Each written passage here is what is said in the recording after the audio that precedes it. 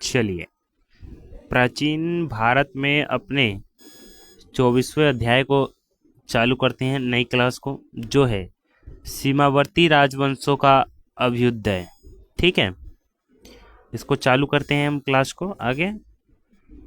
इसी के साथ उसी अंदाज में क्लास चलेगा, तो चैनल को सब्सक्राइब कर दीजिए और वीडियो को लाइक कर दीजिए और दोस्तों के साथ ज़रूर शेयर कीजिए। ठीक है, चलिए आगे बढ़ते हैं। जो आज हम पढ़ने जा रहे हैं सीमावर्ती राजवंशों का अभ्युदय।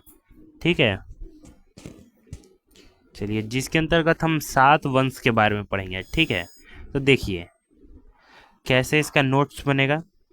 एक काम कीजिए, सबसे पहले मानिए ये कॉपी का नोटबुक का पेज है, तो यहाँ पे पहले पाल वंश, ठीक है, फिर नीचे पहला पॉइंट। ठीक है, फिर उसी प्रकार जितना भी आएगा पाल वंश के बारे में पॉइंट्स हम लिखेंगे। फिर उसके बाद शैन राजवंश, ठीक है, उसी प्रकार। फिर उसके बाद काकरोट वंश, ठीक है। फिर उसके बाद उत्पल वंश, लोहार वंश, ठीक है। उसी प्रकार आ जाएगा अपना कामरूप का वर्मन वंश। ठीक है, ये हो गया अपना 7 राजवंश। ठीक है, ऐसे आपको नोट्स बनाना है। चलिए आगे हम चालू करते हैं।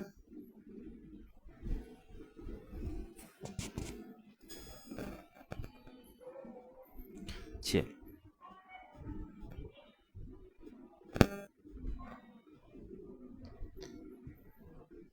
पाल वंश 8वीं शताब्दी के मध्य अशांति एवं अव्यवस्था से उबकर बंगाल के नागरिकों ने गोपाल नामक एक सुयोग्य सेना नायक को अपना राजा बनाया। देखिए क्या हुआ, 8वीं शताब्दी के मध्य अशांति एवं अव्यवस्था से उबकर बंगाल के नागरिकों ने, ठीक है, गोपाल नामक एक सुयोग्य सुयोग्य क्या होता है, जो किसी चीज के लिए योग्य ना हो, ठीक है, सेना नायक को अपना राजा बनाया। ठीक है, कहानी समझिए। ठीक है, पाल वंश की स्थापना बौद्ध धर्म के अनुयायी गोपाल कब 750 से 770 ई में की थी। ठीक है, एडजेक्टिव अब इसको नोट कीजिए। गोपाल ने बिहार में औदंतपुरी विश्वविद्यालय का निर्माण करवाया। एडजेक्टिव नोट कीजिए। ठीक है, ऐसी क्लास चलने वाली है, आराम से क्लास को देखिए और नोट्स बनाइए। 8वीं शताब्दी में बंगाल में आंतरिक अव्यवस्था फैली हुई थी, उसे मत्स्यनाथ कहा गया। बंगाल, इसको नोट कीजिए, बंगाल में आंतरिक अव्यवस्था फैली हुई थी, इसे क्या कहा गया, तो आप कहेंगे मत्स्यनाथ कहा गया। ठीक है, उसी के अंदर तीसरा पॉइंट था अपना। गोपाल के पश्चात यानी बाद में उसका पुत्र धर्मपाल पाल वंश का शासक बना। नोट कीजिए।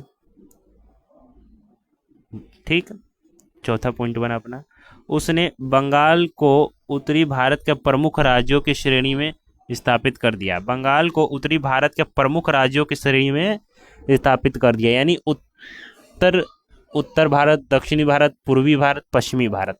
ठीक है, तो उत्तरी भारत में बंगाल को क्या कर दिया, स्थापित कर दिया। किन्होंने, नोट कीजिए, किन्होंने, गोपाल के पुत्र धर्मपाल ने। ठीक है, जो 770 में पाल वंश के शासक बने। ठीक है, चलिए, धर्मपाल वंश का महान शासक था। धर्मपाल पाल वंश का महान शासक था, लिखिए। एक उत्साही बौद्ध था। ठीक है, उसके लेखों में उसे परम सौगात कहा गया है। लिखिए कि परम सौगात किसे कहा गया है, इज इक्वल टू डाल के लिखिए धर्मपाल। ठीक, चलिए धर्मपाल ने विक्रमशिला तथा सोमपुरी में प्रसिद्ध विहारों की स्थापना की। नोट कीजिए, लिखते हुए चलिए, सब पॉइंट है।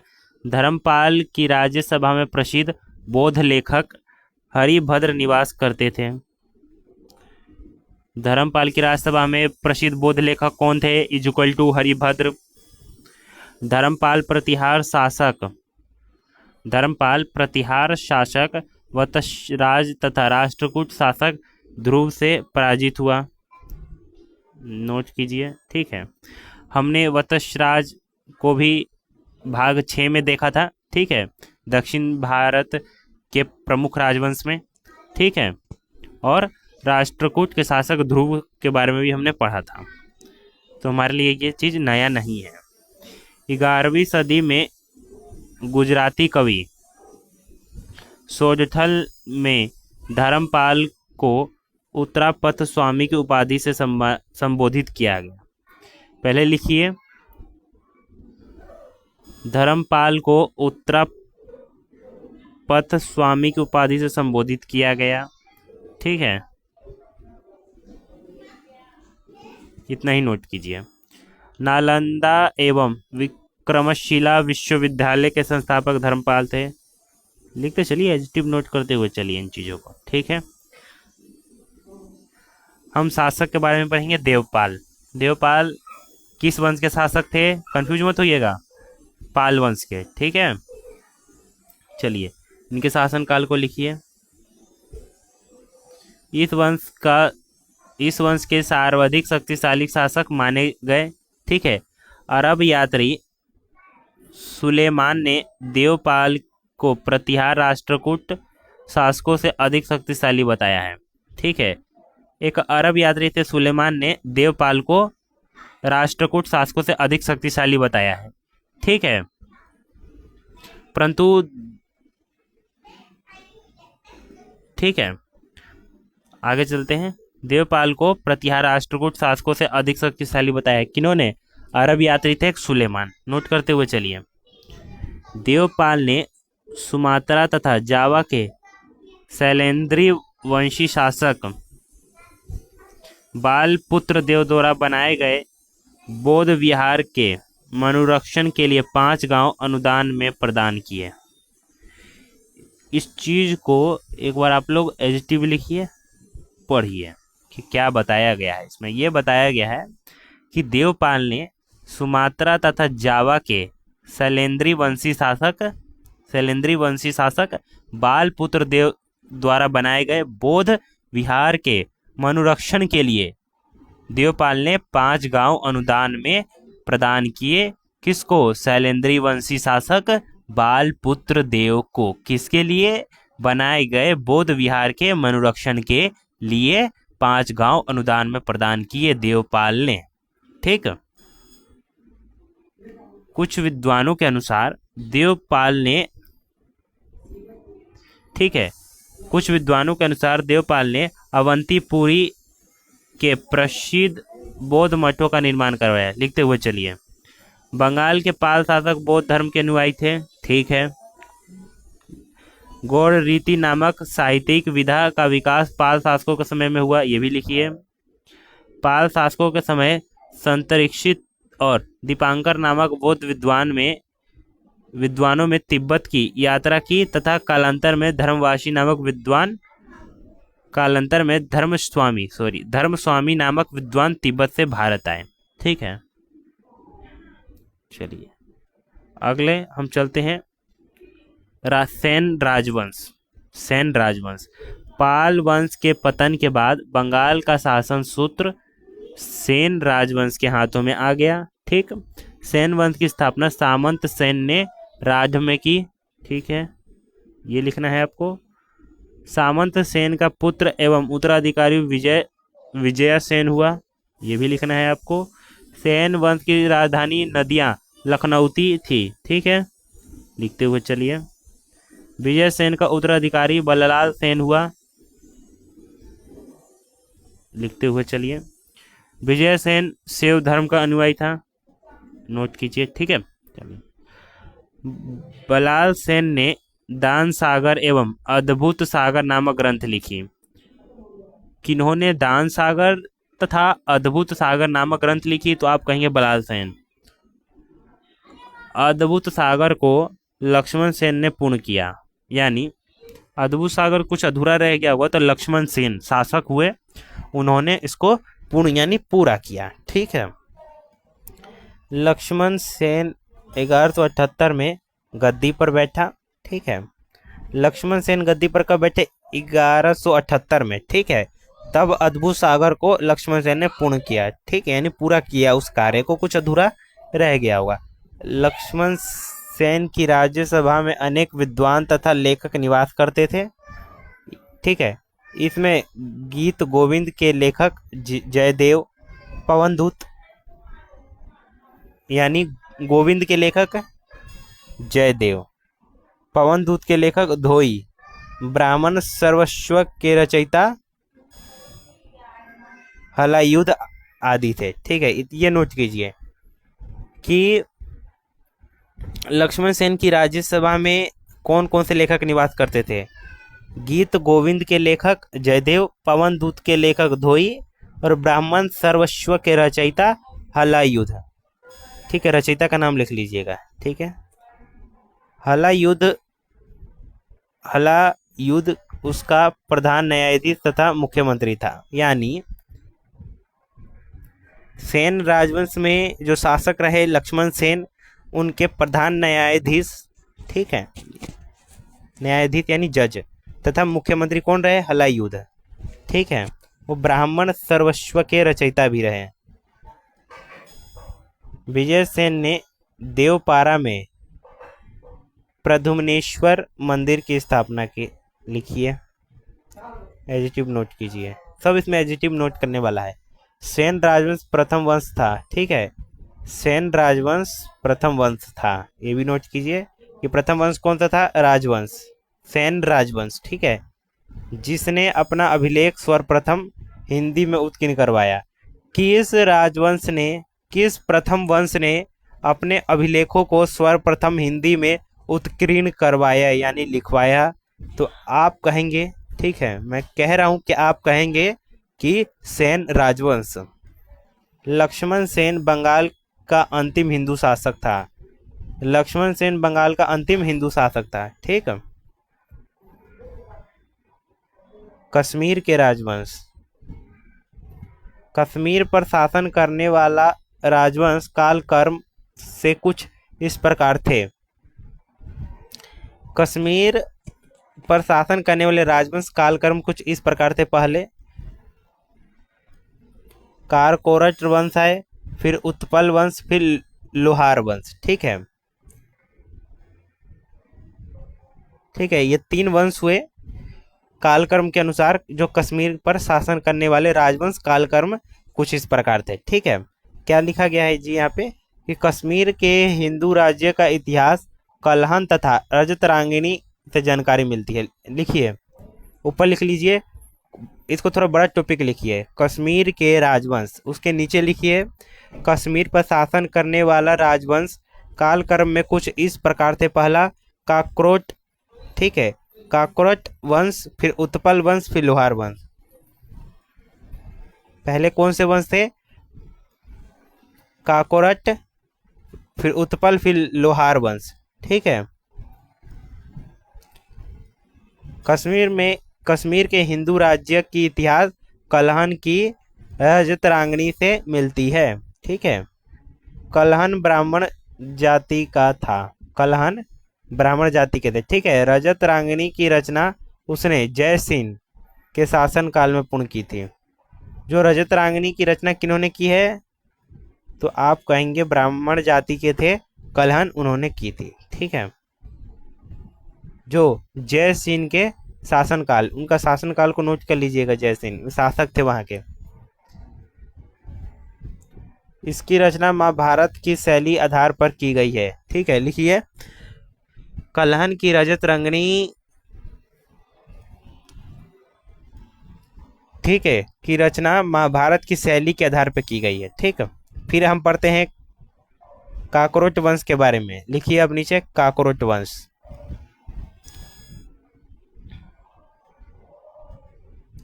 इस वंश की स्थापना दुर्लभ वर्धन ने 7वीं शताब्दी में की। ठीक, पहला पॉइंट। ललितादित्य मुक्तापीड कश्मीर की सर्वाधिक शक्तिशाली शासक था। नोट कीजिए कौन से वंश से, तो आप कहेंगे काकोरट वंश है। ठीक है, और यह एक साम्राज्यवादी शासक था। नोट कीजिए, ललितादित्य विजेता होने के साथ साथ एक कला प्रेमी और महान निर्माता भी था। ठीक है, इसको रहने दीजिए, बाकी ऊपर के नोट कीजिए। सूर्य का प्रसिद्ध मार्तंड मंदिर उसी के द्वारा बनवाया गया। किसके द्वारा, लिखते हुए चलिए, किसके द्वारा बनवाया गया। इसने कश्मीर में परिहासपुर नामक नगर बसाया।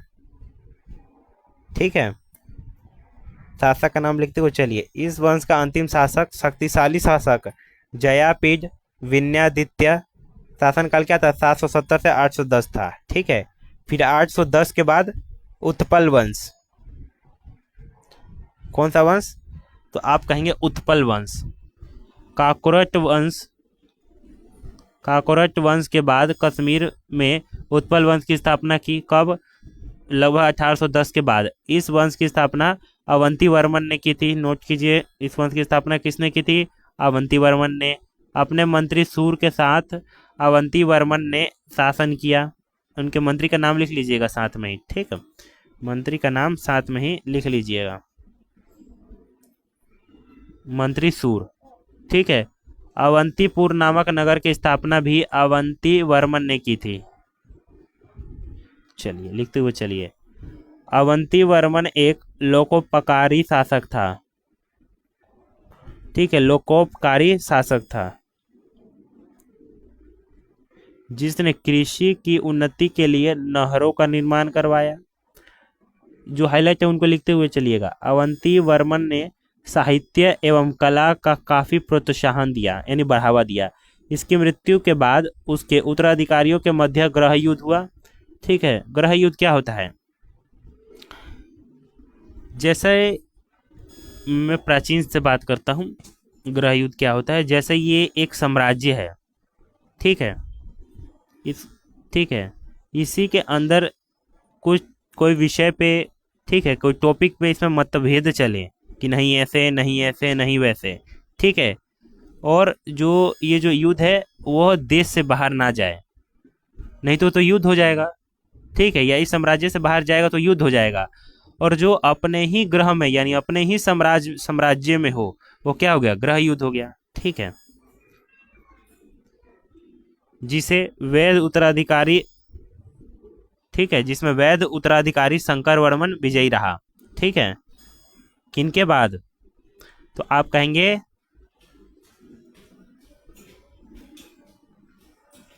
अवंती वर्मन के बाद जो उत्तराधिकारी रहे, वैध उत्तराधिकारी शंकर वर्मन विजयी। ठीक है,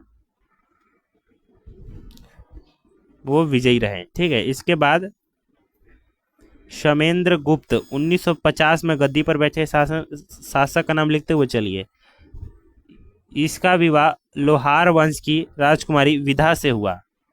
इनका विवाह राजकुमारी विधा से हुआ। कौन सी वंश से थी, वो लाहौर वंश से थी, सॉरी लोहार वंश से थी। ठीक है, शमेंद्र गुप्त के बाद कश्मीर की सत्ता एक महत्वाकांक्षी शासिका रानी विधा के हाथ में 50 वर्षों तक रही। ठीक है, यानी शमेंद्र गुप्त के बाद कश्मीर की सत्ता एक महत्वाकांक्षी शासिका किनके हाथ में रही, कश्मीर का शासन रानी विधा के हाथ में 50 वर्षों तक रही। विधा की गणना प्रसिद्ध महिला शासकों में की जाती है एवं उसका नाम सिक्कों पर उत्कीर्ण किया गया। ठीक है, जो हाईलाइट है उसको लिखिए। फिर उसके बाद लोहार वंश है। ठीक है, जो रानी विधा थी वो लोहार वंश से थी। ठीक है, आगे पढ़ते हैं। इस वंश के संस्थापक संग्राम राज थे। ठीक है, इनके शासनकाल को लिख लीजिए। लोहार वंश के शासक हर्ष एक विद्वान कवि ठीक है, कई भाषाओं के ज्ञाता थे। कल्हण हर्ष का आश्रित कवि था। कल्हण हर्ष का आश्रित कवि था। ठीक है, लिखते हुए चलिए। हर्ष कौन थे? लोहार वंश के शासक।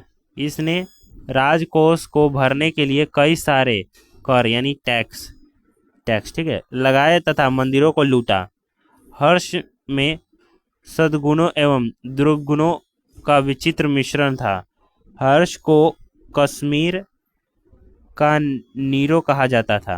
लिखिए, कश्मीर का नीरो किस वंश के शासक को कहा जाता था? तो आप कहेंगे लोहार वंश के शासक हर्ष को कहा जाता था। ठीक है, पूरा लिखिएगा। हर्ष के काल में कश्मीर में भयंकर अकाल पड़ा, फिर उसने दमनपूर्ण करों टैक्सों को वापस नहीं किया।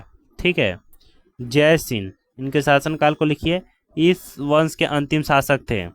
ठीक है, लोहार वंश के अंतिम शासक थे जय सिंह। कल्हण कवि रजतरांगिणी का विवरण जय सिंह के शासन के साथ ही समाप्त हो जाता है। ठीक है, जो कल्हण कवि थे किनके रचयिता थे? रजतरांगिणी के रचयिता थे। ठीक है, का विवरण जय सिंह के शासन के साथ ही वहीं समाप्त हो जाता है। ठीक है, 11वीं सदी में क्षेमेंद्र ने वृहत कथा मंजरी तथा सोमदेव ने कथा सरित सागर की रचना की थी। डायरेक्ट प्रश्न आता है ये वाला। ठीक है, एडजेक्टिव नोट कर लीजिए किनकी रचना थी। कामरूप का वर्मन वंश। ठीक है, चलिए पढ़ते हैं आगे। वर्मन वंश 4वीं शताब्दी के मध्य कामरूप, ठीक है, आधुनिक असम, ठीक है, राज्य का प्रथम। कामरूप किस राज्य का प्राचीन नाम है? तो आप कहेंगे असम राज्य का। ठीक है, प्रथम ऐतिहासिक राजवंश था। ठीक है, कामरूप राज्य का प्रथम ऐतिहासिक राजवंश था। कौन सा वंश? तो आप कहेंगे जी वर्मन वंश। ठीक है, असम राज्य का पुराना नाम याद रखिएगा। इस वंश की स्थापना पुष्य वर्मन द्वारा की गई, जो समुद्रगुप्त के समकालीन थे। एडजेक्टिव, डायरेक्ट प्रश्न आता है। वर्मन वंश के आरंभिक शासक गुप्त साम्राज्य के अधीनस्थ थे। कि वर्मन वंश के आरंभिक शासक कौन से साम्राज्य के अधीनस्थ थे? तो आप कहेंगे गुप्त साम्राज्य के। समुद्रगुप्त की प्रयाग प्रशस्ति। प्रशस्ति क्या होता है? पहले ही क्लास में मैंने प्रशस्ति के बारे में पढ़ा है। ठीक है, अभिलेखों के बाद उसके बाद प्रशस्ति, फिर उसके बाद सिक्के। प्रशस्ति, प्रयाग प्रशस्ति, समुद्रगुप्त की प्रयाग प्रशस्ति के अनुसार कामरूप के राजा को सीमांत राजा यानी पर्यंत कहा गया। ठीक है, किसके अनुसार? समुद्रगुप्त की प्रयाग प्रशस्ति के अनुसार। ठीक है, भास्कर वर्मन के साथ भास्कर वर्मन के समय कामरूप भारत के उन्नत राज्यों में था। ठीक है, इसकी राजधानी क्या थी? कामरूप की राजधानी क्या थी? तो आप कहेंगे प्रयाग ज्योतिष नामक स्थान पर थी राजधानी। ठीक है, असम को महाभारत काल में किस रूप में जाना जाता है?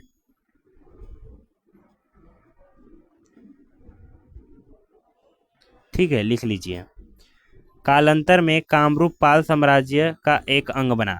कालांतर में कामरूप पाल साम्राज्य का एक अंग बना। ठीक है, इसी के साथ यह वीडियो, ठीक है, इसी के साथ ये क्लास हमारा यहीं पे ख़त्म होता है, जो हमारा 24वां अध्याय था।